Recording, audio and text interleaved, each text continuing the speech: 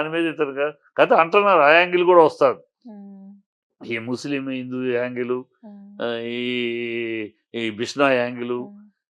ఇయన్నీ ఉన్నాయి. ఏ యాంగిలు అనేది ఇంక తేలాల్సింది. హ్మ్. ఇన్వెస్టిగేషన్ జరగాలి. హ్మ్. హ్మ్. ఇన్వెస్టిగేషన్ జరిగినాక అసలు తెలియాలి. హ్మ్. అది తెలియక చాలా తేల్చవలసిన విషయం. తేల్చకపోతే హ్మ్. దాన్నేదో ఆషామాషీగా వదిలేస్తే ఇవాళ ఇదైంది రేపు ఇంతకుముందు జరిగినాయి. అమితాబ్ బచ్చన్ ఇంట్లో, కరీనా కపూర్ ఇంట్లో కొన్ని దొంగతనాలు జరిగినాయి.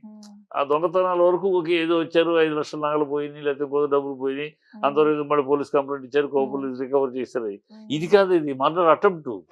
అమ్మో! ఇలాంటి మర్డర్ అటెంప్ట్ అయితే ఇంకా ఎట్లా అసలు?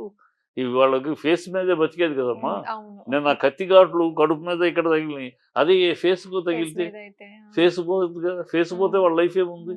వాళ్ళ లైఫ్‌కి ఫేసే కదా! ఆర్టిస్ట్‌లకి. ఆ ఫేస్ అవును. ఏమన్నా అయితే ఏమైంది? హ్మ్. సో, ఇయన్నీ కొంచెం ఆలోచించాల్సిన విషయం. ప్రభుత్వం హ్మ్. కూడా హ్మ్. ఇంకా కట్టుదిట్టమైన ఏర్పాట్లు, సీసీ హ్మ్. కెమెరాలు ఏంటి గాని అసలు హ్మ్. వేరే ఇంకా ఇంకేమేమి సెక్యూరిటీ చేయాలి ఇలాంటి ప్లేసుల్లో హ్మ్. అనేది కొంచెం. ఎందుకంటే వాళ్ళేమి మీరు ఏం ఖర్చు పెట్టినా డబ్బులు ఇస్తారు కదా! హ్మ్.